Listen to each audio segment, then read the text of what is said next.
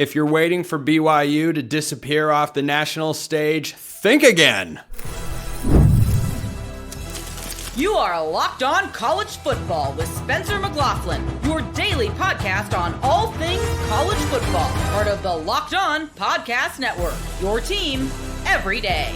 Welcome, everybody, to another episode of Locked On College Football. I'm your host, Spencer McLaughlin. Thank you all so much for making this your first listen or your first view every day. It is part of the Locked On Podcast Network, your team every day, the number one sports podcast network out there. Thank you all, especially my everydayers, for helping make that the case. Will Washington State contend for the Pac-12 title and therefore a college football playoff spot? That shall be discussed on today's show. And I have a thought for Wisconsin that Ryan Herrings is probably going to shoot down because he's a downer, but it'll be fun anyway. This episode brought to you by our friends at 5 Hour Energy. Have your cake and drink it too. Birthday cake flavor is back. No fork needed. Vanilla-y, cakey flavor, caffeinated kick, and no sugar. It's party time. Order now at 5hourenergy.com or Amazon. Jake Hatch of Locked On BYU Cougars is here because I look at this BYU schedule, Jake, and I look at what BYU has coming back, and I go, boy, there is an opportunity, like in The Big Short, and that, you're too close, is an opportunity. They have got a real opportunity to do a number of things beyond the headline game of the Pop-Tarts Bowl that wasn't from a season ago. We will get to that. But overall, when I look at the Big 12 slate, in the last 2 years, 3 programs have beaten BYU in conference play. Texas Tech, they're not on the schedule. Arizona State and Kansas, neither of whom scare me as much as they did in the past when they beat BYU. I think this schedule shakes out great for Kalani Sitake. Yeah, quite honestly, it's about as ideal a schedule as you can put together, Spencer, because, yeah, there are some tests along the way, but there's really not a gauntlet that you look at and say, man, that's a stretch that can really trip BYU up. They'll have a tough game. There may be a team that's not necessarily as difficult the week following or week prior to it. So it's going to give BYU every opportunity to repeat a run at the Big 12 championship game. And obviously in BYU's mind, they want to break through, win that title, and obviously make the college football playoff, all of which is available to them with this schedule as currently constituted. It very much is, and 11 wins might not be enough. Yeah. So. Anyway, I'm going to stop grumbling about that. We're looking forward. They open with Utah Tech.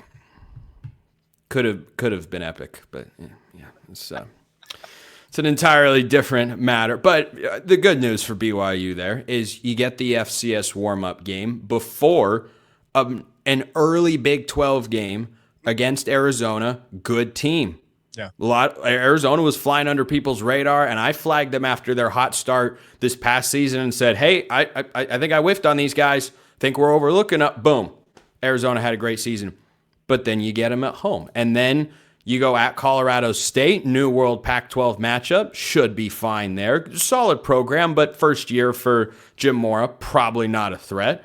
Then you start Big 12 conference play off a bye on the road at TCU, who solid program, but no more Josh Hoover. They could take a step back. And then you play Iowa State, who, it pains me to say this, for the sake of Cyclones fans and Josh Pates everywhere, Iowa State could be in for a rough year. I mean, Jimmy Rogers has definitely got a year 0 on his hands. Yes. Yeah, it is anything. 3 wins for Iowa State without looking at their schedule would be great. 5 wins, lifetime contract. Lifetime contract with the roster situation that they have working there. So I think as far as entrances to Big 12 play go, I just don't know how it could be that much better for this very experienced BYU team and Bear Bachmeier at the helm.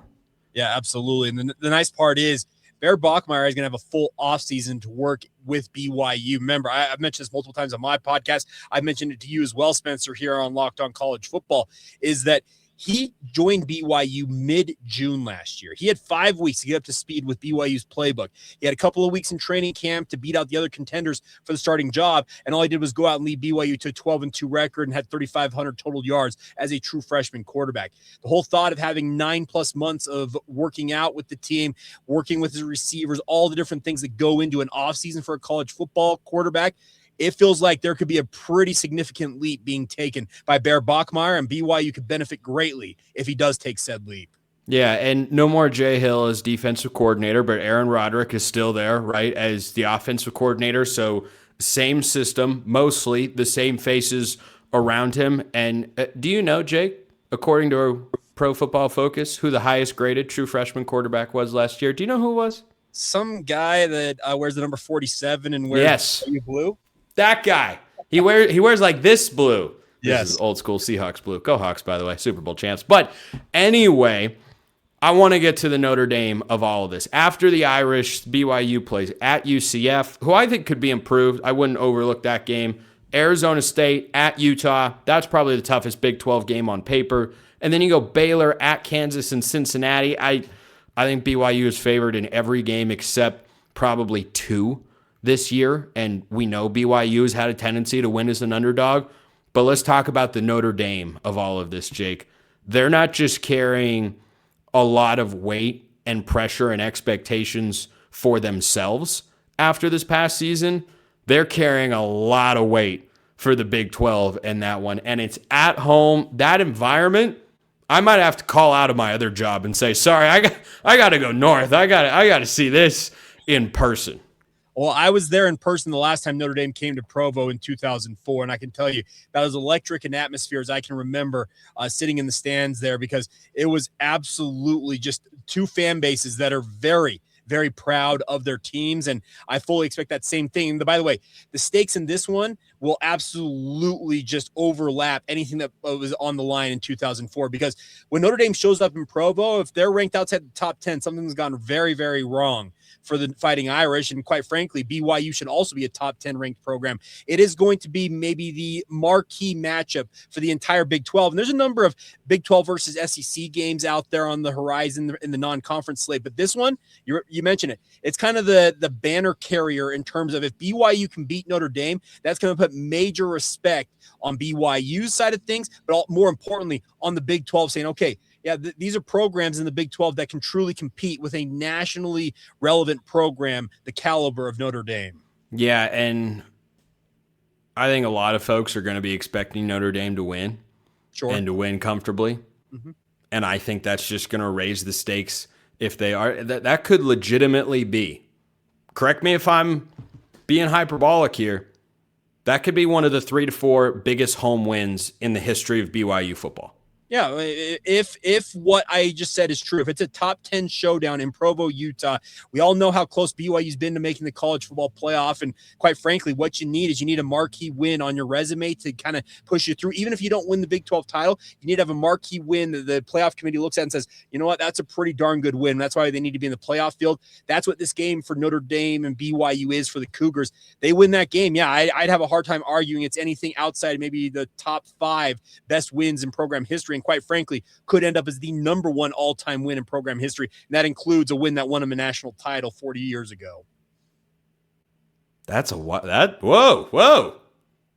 I might need to tamp you down from being hyperbolic. More than a national title. I mean, it is a different era. Yes. It is a different era, so it's hard to compare 1-to-1. By the way, just because I like jabbing you to wrap this segment, when Notre Dame last went to Lavelle Edwards Stadium, you said it was 2004. Do you know how old I was? I'm terrified to find this out. 7. Okay, well, I was 17, so I'm 10 years old. I was 7 years old, and here we are over 2 decades later, and Notre Dame's finally going back. This is a story that needs to be told offline, but remind me to tell you about my interactions with Notre Dame fans as a 17-year-old, fairly sheltered LDS kid growing up in Utah Valley. And my first ever time meeting Notre Dame fans, it was a pretty wild experience and an eye-opener. Let's just put it that way. You should all be jealous that I get to hear that story and you don't. If you catch me in the wild, anybody out there, I will happily tell you the story. It's just not necessarily, consumption material for a podcast of this caliber. bust out the Pokeballs to find a wild Jake Hatch if you really want the good stuff there. He is, of course, the host of Locked On BYU Cougars, and we appreciate him as always. We're flipping to a dear friend of mine, the good old Pac-12, Washington State. I tell you what, I really like what is brewing up there in Pullman. First, this episode brought to you by 5 Hour Energy. Welcome to the 5 Hour Energy Flavor Draft. We're looking at every aspect of the draft to let you know which tasty flavors are the best and which just might be sleepers. The board is set, flavors are ready, and only one is going to take the top spot. There's a clear-cut number one prospect, high upside, low risk selection, strawberry watermelon. Can you find me two people that, or even one person that don't like those two flavors independently? And then you've got the ratatouille, put them together, something new is created. It's grand and glorious. That is my number one prospect on the board. If you're more into the sweet side, maybe you want cotton candy or confetti craze. But I'll tell you my biggest sleeper. I'm a huge sour flavor sort of guy. Big into it. Candy, lemonade, all that sort of stuff. Sour apple is my biggest sleeper on the board. Maybe it doesn't have the upside of a strawberry watermelon powerhouse combination there. But sour apple, biggest sleeper on the board for me without question. If you need a boost, 5 Hour Energy's got you covered. Find your new favorite flavor of 5 Hour Energy shots available online at 5hourenergy.com or Amazon. This episode also brought to you by our friends over at FanDuel. Have you ever wanted to experience the NBA Finals live and in person? FanDuel is giving you the chance to turn that dream into reality with their NBA sweepstakes. Listen to this. Use your profit boost on any NBA future, and you'll automatically be entered for a shot to win an NBA Finals trip for two. That's right, flights, tickets, the whole experience. If you're looking at the NBA standings and saying, I know who's going to win, I know who's coming out of the East, I know who's coming out of the West, maybe you like the Pistons, maybe you like the Timberwolves, maybe you like somebody else, which, couldn't blame you given the history of those franchises, then you want to apply the profit boost to that future bet. And now, not only can your pick cash, but it could also send you to the NBA Finals in person. How great is that? Visit FanDuel.com to get started. Use your profit boost on an NBA future and get entered for your chance to win a trip to the NBA Finals. Play your game with FanDuel, the official sports betting partner of the NBA.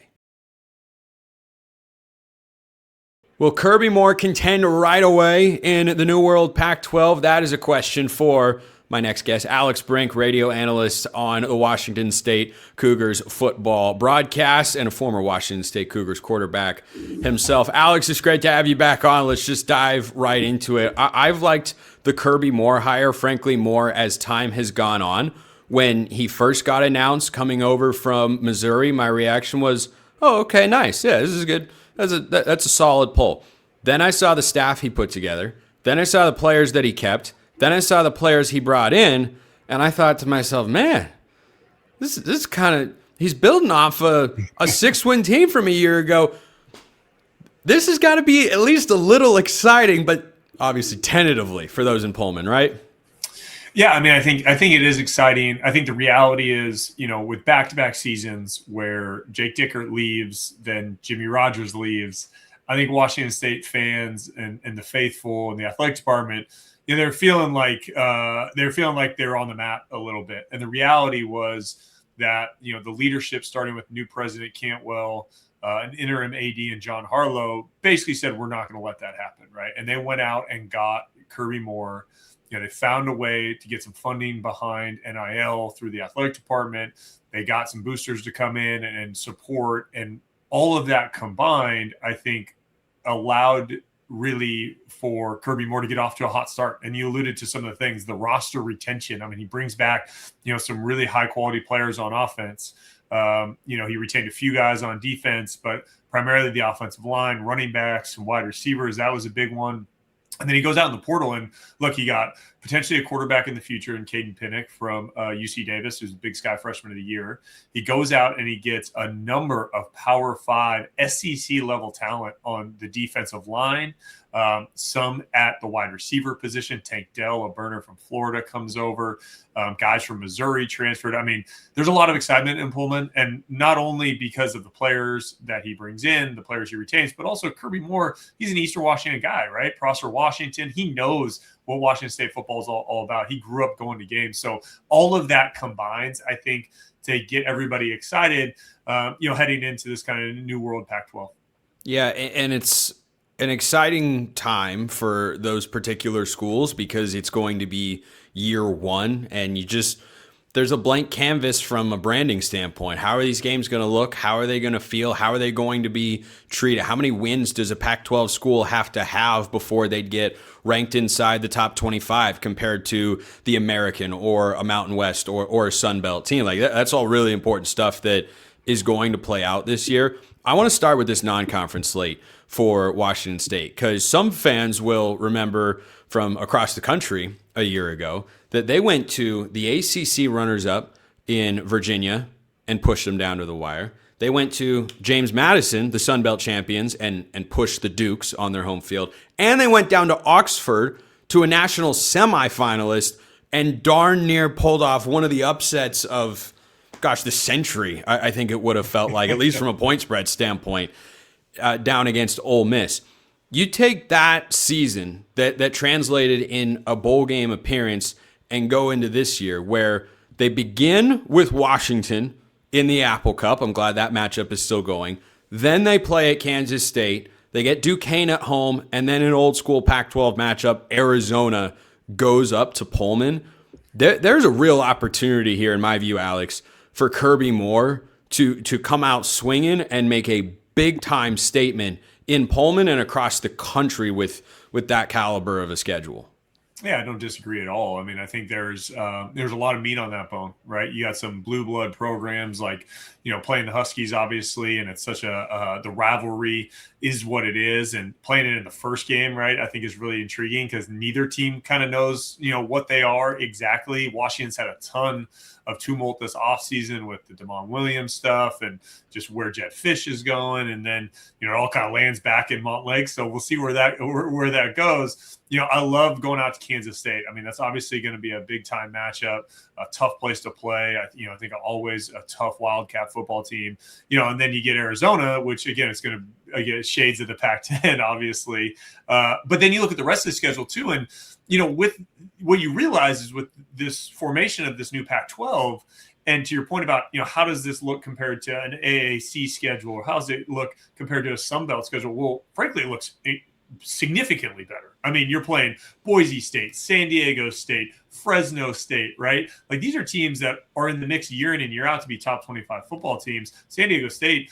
almost a 10-win football team this past year. Like, I think Washington State, or whoever it is, I should say, in the Pac-12 that kind of gets into the driver's seat is going to look really good in the eyes of the committee. And you add in a tough non-conference schedule, if you can come out of that with a few wins, I think for a team like Washington State, they have a chance to make some noise. Yeah, I think winning 2 games in the non-conference total, of which there are 4, that would give you a win either over a Big Ten team in Washington or a Big 12 school in Kansas State and Arizona. Quick note for my college football sickos out there, that game against Kansas State in Manhattan on September 12th, a battle of first-year head coaches that were SEC offensive coordinators last year. It's a small, very connected world. The other thing about this schedule, or any Pac-12 schedule that you have to note, and I want your thoughts on, Alex, is the flex component that the Pac-12 introduced, which I think is a really good idea. And look, I'll be honest and say it could wind up being not very impactful for their playoff hopes. It could also wind up being the difference as to why a Pac-12 team's resume is seen as playoff caliber or not playoff caliber, because that last week of the regular season, November 28th, they're going to shuffle teams around. The home teams are set, but the conference is going to say, you're going to play this team, you're going to play this team, and they might not decide until 6 days out. I think it adds a level of intrigue throughout the year. It's unique, but it also is just strategic when you look at trying to get your conference champion or any team into the college football playoff. Yeah, absolutely. And I think, if I'm not mistaken, you still have a conference championship game following that, right? Yep. So, again, you're going to have, in theory, you would have 2 opportunities down the stretch to position your, kind of driver's seat Pac-12 school to have a chance to make it to the playoff, which again is kind of the goal here with the Pac-12. They're trying to, in a way, return to a relevancy that, I think it's silly that we're even having that conversation, because the Pac-12 is, one of the oldest leagues in the country. But like, this is the world we live in, and so having a team in the college football playoff mix and allowing them to get that opportunity is really the biggest thing here. And so I think having a flex game is smart, whether that is pitting your top 2 teams to improve strength of schedule, whether that is giving them a layup so that they can get another win and get on to the conference championship, however they want to play that. Doesn't really matter in the end. It's just having the ability to do it. You saw at the end, I think this last season, I can't remember, it was one of the G5 schools, right? Trying to pick up an extra game. Let me play an extra game, in kind of the break we have to improve the resume. So, Pac-12 smart to think ahead and plan on that. Yeah, looking at what I've affectionately dubbed the Pac State Conference, because if you don't have state in your school name, you're just not allowed. You're not allowed. That's why Sacramento State one day, I don't know, maybe, possibly, they got state in their name. They'll go prove it in the MAC first before we have that conversation. I think Boise State is widely going to be seen as the favorite, understandably so, coming off 3 straight Mountain West championships. That's literally all Spencer Danielson has ever done as a head coach, first as an interim, then the last 2 years as the full-time guy. Jamarcus Shepard taking over at Oregon State. Interested to see what he does there. Sean Lewis, what's his follow-up act at San Diego State? Let me give you a team that I don't think a lot of folks are talking about. I already know where you're going with this. Are you thinking Fresno State? Because that's what I'm thinking about. I like Fresno State. I'm looking at Fresno State. I watched them play last year. They've got a head coach that I know can win football games, coming from North Dakota State once upon a time. I think Fresno State's going to be pretty solid. Is that where you thought I was going with that? I thought that, or you're going to go Jim Mora over in Fort Collins. Oh, State. I think intriguing hire to me. It is. You know what I mean? Like kind of boomer bust sort of vibes, in Fort Collins, but a really well-resourced program. I think both of them. I keep, as I go back to, call it, let's say 8 years ago, right, when we used to talk about the Mountain West Conference, and we would sit there and we would say, boy, Boise State's always in the mix. They're a perennial top 25 teams, but boy, Fresno, whether it's Kalen DeBoer is a coach in it, or Tedford's a part of the mix, right? As long as you can remember, Fresno's been, a team that is a really hard out at all times. And to your point about getting a coach that knows how to win from North Dakota State, needs probably a year to get their feet wet. Everybody in the old, the Oregon State, Washington State, everybody in the Mountain West Conference the past couple of years has been in flux, right? Because you're just waiting for this new Pac-12 to start.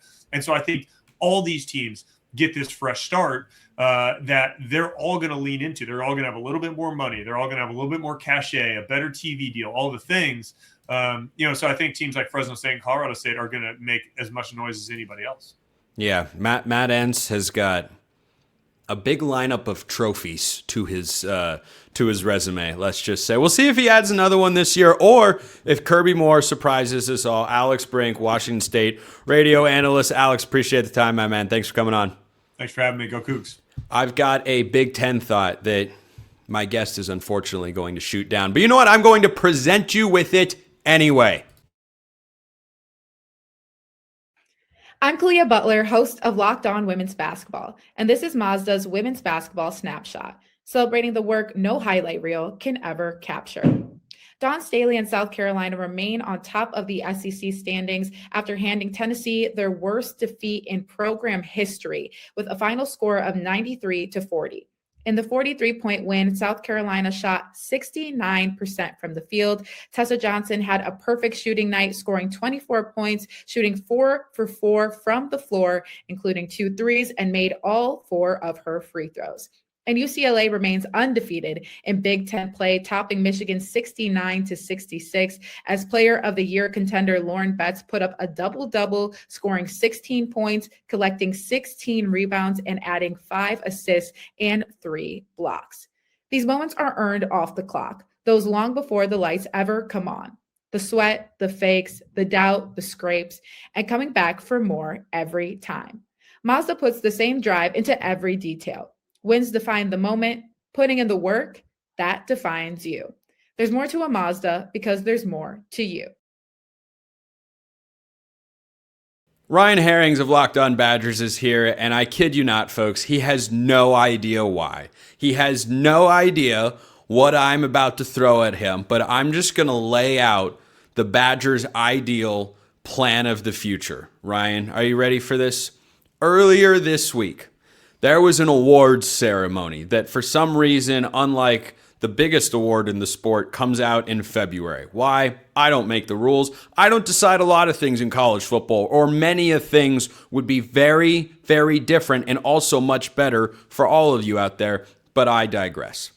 Bryant Haines, the defensive coordinator at Indiana, was given the Broyles Award, given each year to the top assistant in all of college football. Here's my plan, Ryan. Bryant Haines, Wisconsin football coach, 2027. Tell me why that's a ridiculous possibility. Because I don't think it is. So I love that I had no idea what I was going to talk about, and what you threw at me isn't even close to where I thought we were going to go. So I love this.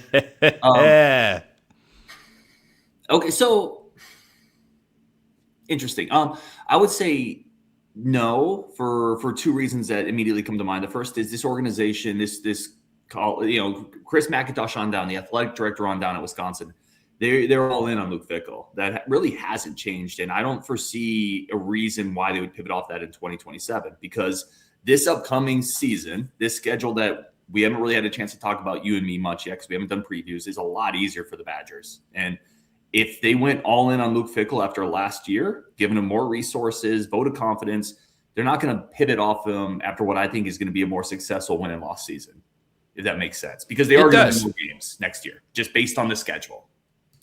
It does. And trust me when I say I came prepared for this segment knowing you would have that in the back of your mind, because the Big Ten schedule going at Penn State, Michigan State, at UCLA, USC, at Iowa, Rutgers, at Maryland, Purdue, and then Minnesota at home.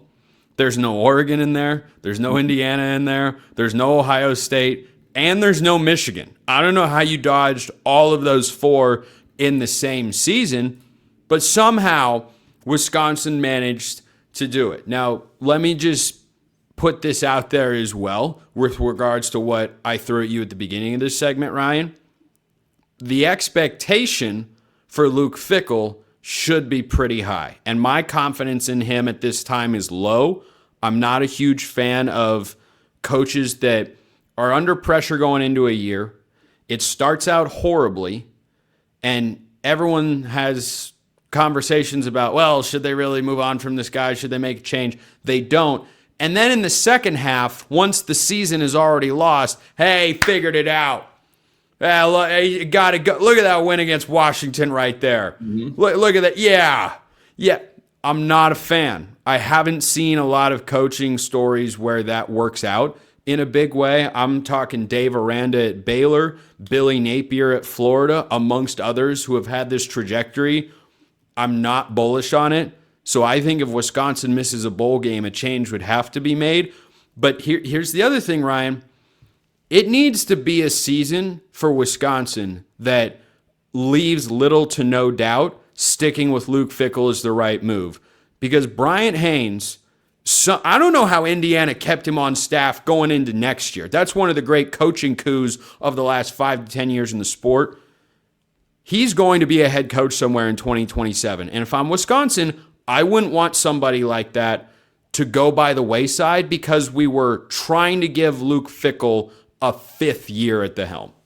No, all that is super fair. All of that is super fair. But you got to remember, and I have this conversation with people in the Wisconsin fan base, what you think and what the administration think are completely different things. Like, you may not love the narrative of if this year isn't what needs to be Luke Fickell going forward, but the administration is much more in on that than you or maybe other people are. In terms of the next head coach, if you got to that point, I think they would pivot towards somebody a little more established, to be completely honest. I think they would be wary of a first-time guy, a coordinator, even from a really successful coaching tree, which Cignetti is building, and a program that's been incredible defensively, I think they would pivot away from that, truthfully. I don't think with Wisconsin they would take the defensive coordinator. Keep in mind, this is a university that had that option in-house with Jim Leonhard. They had the defensive coordinator and the guy he's a Wisconsin legend. If they were going to take a first-time guy, it would have been Leonhard. It would have been that guy. They have I think a tradition of they'll go find a head coach, someone that at least has some type of proven track record in that aspect. I like the name, and I think you're not wrong. It's a coup for Indiana to keep him. He could be a future star, and everyone could look back and say, I wish we would have rolled the dice there. 100%. I just don't think that school would be Wisconsin based on what they've done and where they're at. Let me throw this in there too. Go ahead. I also think this is going to be a moot point. I really do. I love the conversation, and I'm all here for it. I think Wisconsin's going to win 7 or 8 games with this schedule. I think they have an actual quarterback this year. And keep in mind, if they've had a quarterback healthy the last couple of years, the record probably is a little better. It doesn't excuse everything that's happened, and some of the magnitude of some of the losses are inexcusable. But they haven't had a healthy quarterback in Luke Fickell's tenure, essentially. Now you go get a Colton Joseph, you spend more money, and you pointed it out. I think this is as easy as a Big Ten schedule as you can get. I mean, they've also missed Indiana. They miss Illinois. They miss Washington. Do you know they play essentially every team in the Big Ten last year that wasn't good? They missed most of the ones that were good. So I think the schedule is going to be better. I think the record's better. And if the record's better, they're not going to move on. I think that's a valid point. Way to crush my hopes and dreams for the sake of Wisconsin fans. I'm just fighting for the emotional well-being of Wisconsin fans. I have a great deal of respect for the good people of Madison. I love Wisconsin fans. I actually don't know if that was sarcasm. Oh, no, it's not. I love Wisconsin. Wisconsin fans are great. They just show up and support their teams no matter how far away they are from winning a conference or national championship. They are always there for football and men's basketball. I will just throw this last thought at you before we wrap this segment. They open with Notre Dame, and I'm not under the impression that they are in the same class of team going into next year as Notre Dame. I totally agree with you on the schedule. It's probably the easiest in the Big Ten after they had one of the hardest schedules in the Big Ten, honestly, a season ago. So that kind of flip-flopped and evened itself out. I talked about Nebraska earlier this week. They went from one of the easiest in 2025 to one of the hardest in 2026. So the Big Ten is doing a good job, I think, of cycling these things through. Could the Notre Dame game, though, kind of flip? Not flip. That's the wrong word. Could that continue the discussion of, is Luke Fickell the right guy if it gets ugly? Because that's game one. That Colton Joseph's first game as a Wisconsin Badger coming from a lower level of football is going to be against Notre Dame, who's going to be ticked off as all hell going into next year. If that gets ugly, and I mean like Alabama 52-3 against USC sort of ugly, Oregon 49-3 when they played Georgia in Dan Lanning's first game. If it gets like that, does that change anything for you? Yeah, for me, probably. I think for the fan base as well. I mean, it's a really good point, Spencer. You opened up with a team that I agree. I don't think Wisconsin is in that weight class either. And if you open up the season after an entire offseason of saying we spent money this year, we've rebuilt, we have the quarterback, and you go out there and you get rolled 44-3, 44-10, it will reignite that conversation. But over the course of that season, if you then go on and win 8 games and get to a bowl game, 7 games and get to a bowl game, which again, I think is doable with that schedule, I think it kind of quells it a little bit. I think it is interesting though. This is a game in Lambeau Field, which several years ago, a very highly ranked LSU team came into Lambeau Field. They had Leonard Fournette, and that team maybe didn't end up being quite as good as people thought, but I think it was 5 in the country, and Wisconsin tripped them up in Lambeau. The Badgers tripped them up there. It is going to be an interesting venue in Lambeau. I'd also say maybe Notre Dame doesn't show up. It's not a playoff game. They have a habit of not showing up for games that maybe aren't in the playoffs, so maybe it's beneath them. No, right? They opt out of those, Ryan. They just opt out because it's not a playoff game. So no, all kidding aside, I think that's a beast of a game to start with. Notre Dame is really good. I will say I don't buy a ton of they're going to be pissed off motivation, ticked off motivation. Certainly they will be, but I think that lasts for like a few minutes and then you're hitting each other. Wisconsin should be ticked off too. They didn't make a bowl game, right? So if they're not incredibly motivated to play a game in Lambeau opening the season, I would be disappointed. So I don't put as much stock into that, but Notre Dame's just a better team. That's the problem. They just have a better roster. It's a good point, good question. I think in the aggregate over the big picture, I think the Badgers will have enough success next year where this is kind of a moot discussion. Well, you heard it here first. Bryant Haines will not be the head coach of the Wisconsin Badgers in 2027, according to Ryan Herrings. But I'm just going to keep on dreaming for the sake of the Badger faithful. That's it for today. Appreciate everyone listening. I will see you next time. And until then, hope you all have a wonderful rest of your day.